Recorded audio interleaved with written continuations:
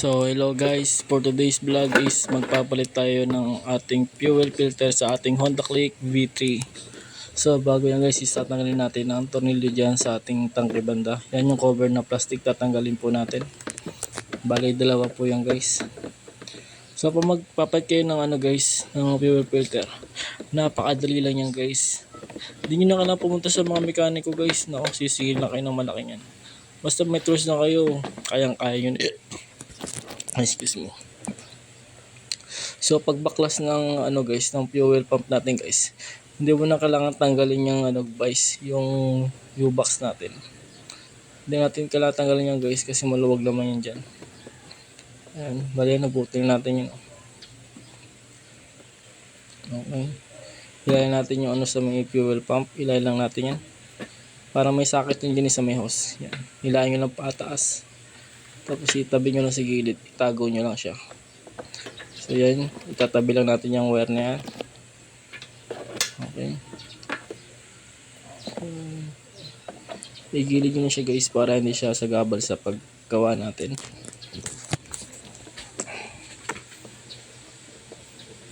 Tago nyo lang guys yung yan, yung fuel pump hose. Yan, ilagay nyo lang sa gilid guys. Tapos yan, nugutin natin yan guys. Ayan, kasi tago nyo rin sa ilalim. Ayan, okay. So yan guys is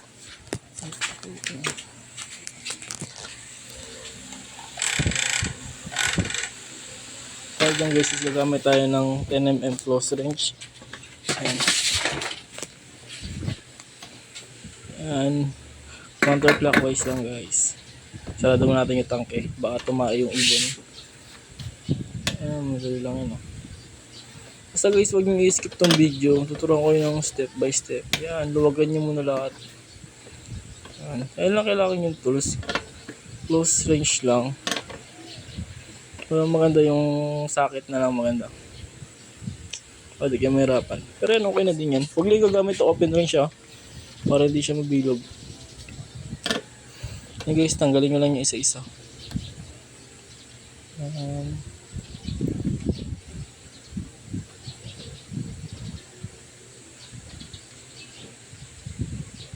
Okay. Ayun, bali dalawa na lang tatanggal natin.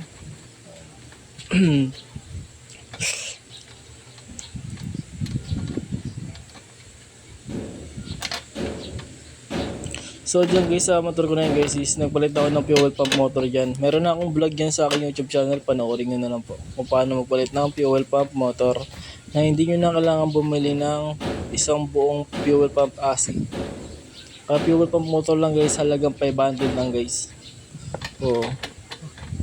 Isang taon ko nang gamit yun, napakaganda pa rin ang hatak ng motor ko. So yan guys, tatanggalin natin siya guys. Basta ano nyo lang guys Iyan nyo lang, yan, ganyan yung pwesto nyo para mas madaling itanggal. Yan. Ganyan nyo lang siya guys. Yan, tapos, basta pag na, mo yung, dyan, yung fuel filter. Yan. Yan, pag nakaganyan na pwesto. Ay, susungkitin nyo lang yung fuel filter dyan. Yan, edi yan na naangat na natin guys. Tapos ikutin nyo lang siya para hindi maano yung teka lang. Bali nilalaro ko pa siya dyan. Yan guys, so yan. Pag nakuha nyo ng fuel filter, ikutin nyo lang pataas. Tapos iikot nyo lang siya guys para hindi maano yung natin. Fuel gauge yun. Ganyan nyo lang siya. O diba? O diba guys, napakadali lang. So yan yung fuel filter natin, napakadumi na. Ayan, tatawin natin yung oil seal. Ay o-ring, yan.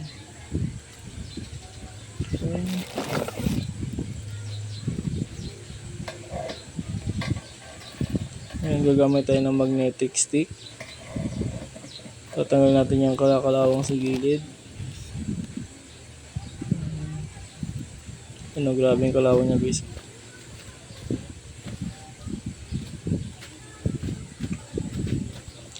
Kuha natin ng basahan guys.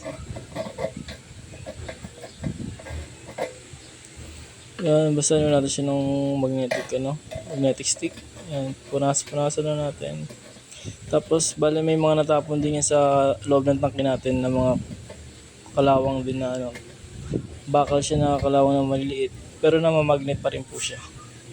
Na bale yan, isungkitin lang natin siya guys gamit ang magnetic stick. Ayan, napapalito sa inyo guys. Ayan o. Sungkitin natin siya ng magnetic stick. Ayan. Ayan, nakita nyo mga tuldok-tuldok na yun. Okay lang kahit di nyo maubos. Basta kahit konti lang matira, okay lang yun. Para hindi masyadong dumumi yung fuel filter natin. Ayan o, grabe. Diba? Yan lang, nag-ayos ako kalawang. Para mga buhangin na kalawang. So dyan guys, pupunasan na natin siya. Punasan natin siya. Yan, sigilid. Kailangan guys, malinis yun dyan. O kaya kung maaari, liyahin nyo. Nung nakaraan kasi niliya ko na yun. Kaya hindi naman gaano na bukol-bukol. Pero pag bukol-bukol na siya, kailangan nyo nang liyahin yung tangke nyo. Para walang dadaanan yung gas pag nagbalik kayo ng fuel filter. Oo. Yan kasi yung para So pag di nyo linis yan guys, kailangan kasi makinis yan para di siya tatagas. Lalo na pag full tank yung motor nyo.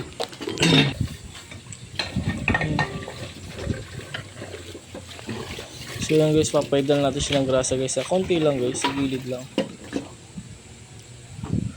Yan, paidal nyo lang siya ng grasa dyan, konti lang. Yan, konti lang talaga.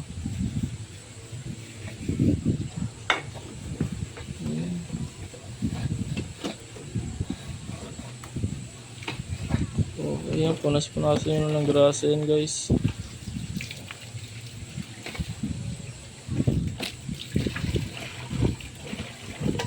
Ayan, tagal nyo ma-excess na grasa sa gilid. Baka tumapon sa gasolina. Tapos yun nga guys is maglalagay na tayo ng o-ring. Ayan. So bali yung guys is punasan natin itong fuel pump natin guys. Kasi masyado na siyang maalikabok. Ayan, masyado na siyang alikabok guys. Ayan, nakalimutan ko na rin punasan yung tank ko eh. Kaya susunod na lang. Masyado kasi akong busy. Naghabol kasi ng oras eh. Babiyaya ko ng move it. Kaya gaya nagmamadali ako. Lalo na biyernes ngayon. May malakas ang booking. Ayan. Ayan guys, ito na natin yung fuel filter natin guys.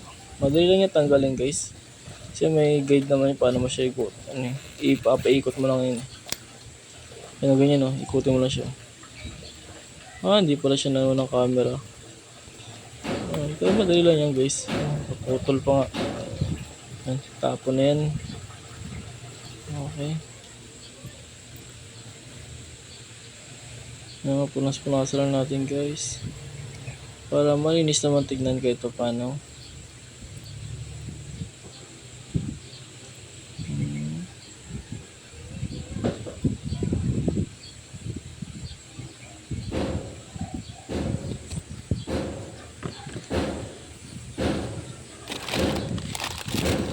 Buting punas lang.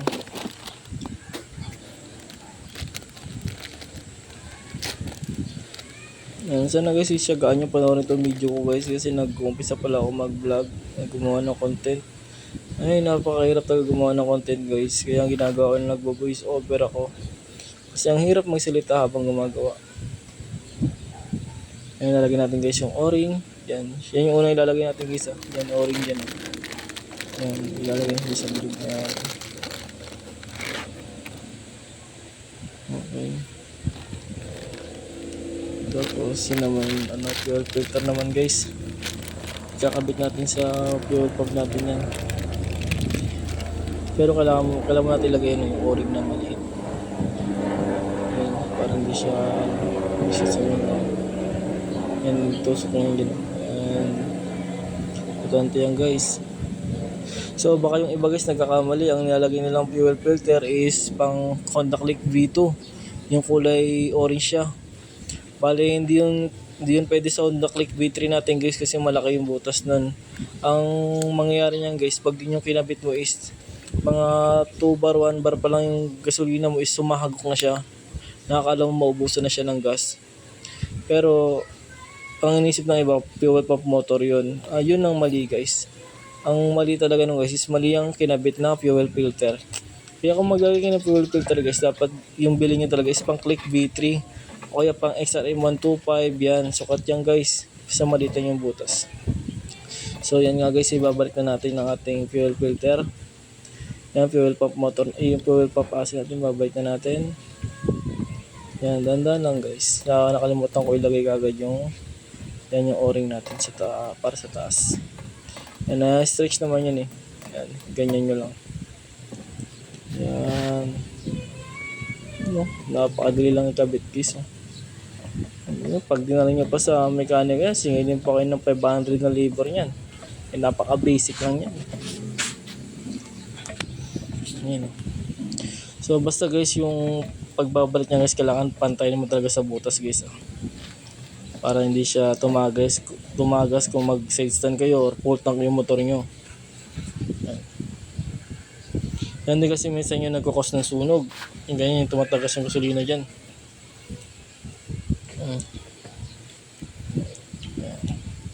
Yan, ipapantay nyo lang siya dun guys. Yan, para hindi makaano yung hangin.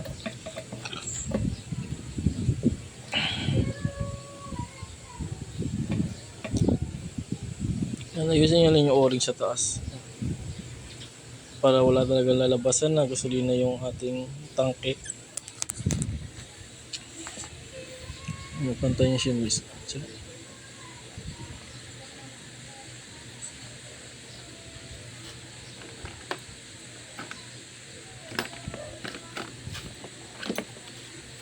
Guys, sana tiyagaan yung panoorin itong vlog ko guys. Please palike and subscribe naman guys kung nagustuhan nyo aking vlog.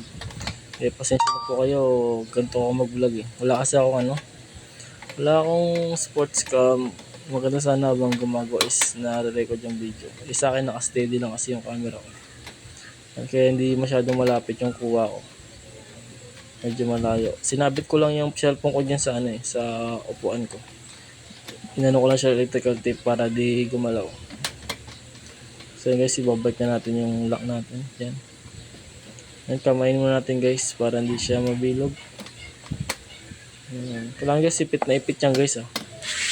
Yan, ipit na ipit yan dapat. Tapos pantayin mo talaga yung ayun, nakita niyo yung yung uso ng fuel pump. Talaga sa gitna yan ng may guhit yan dyan. Kailangan pantayin mo talaga dyan. Ayan. Yan, para mag-lock talaga siya guys. Bale, didikit mo talaga yung guide na bakal sa fuel pump. Kasi ididikit mo talaga siya. Para talaga. Para kapit na kapit talaga guys.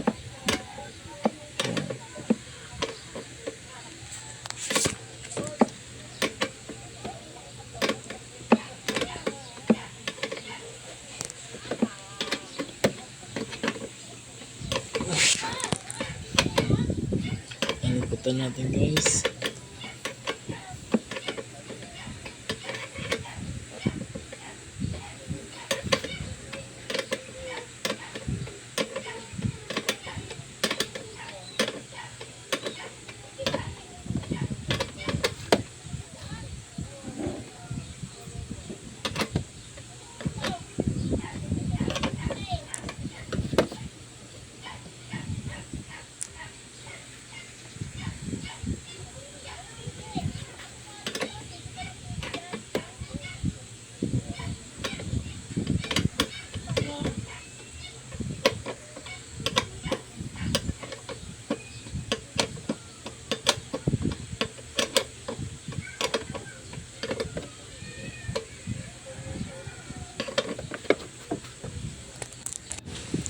So bali nga dyan guys is gumamit ako dyan ng socket wrench natin yun.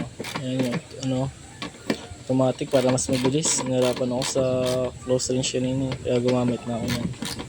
Para mas mabilis yung gawa natin guys.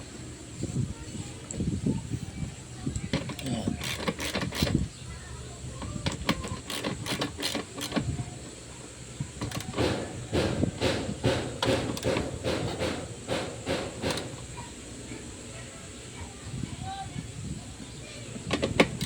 Yan, pitan nyo lang siya ng mabuti guys.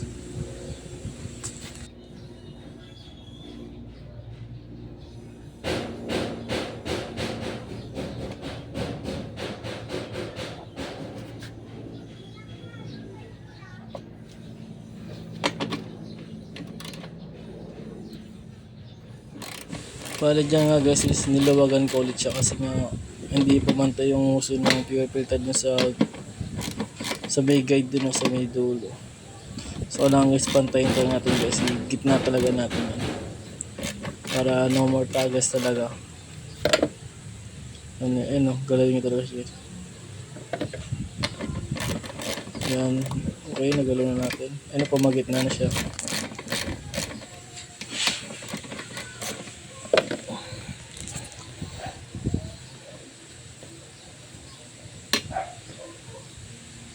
Yun, nakita nyo guys.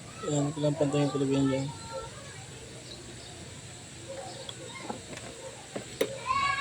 Tapos sigpit na alalay din sa may guide na bakal. Idikit na talaga yun sa may fuel pump natin guys.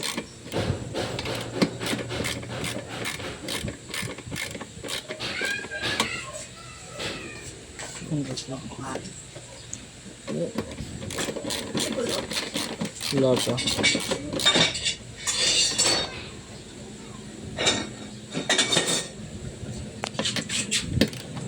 So guys, higpitan nyo mabuti yung nut.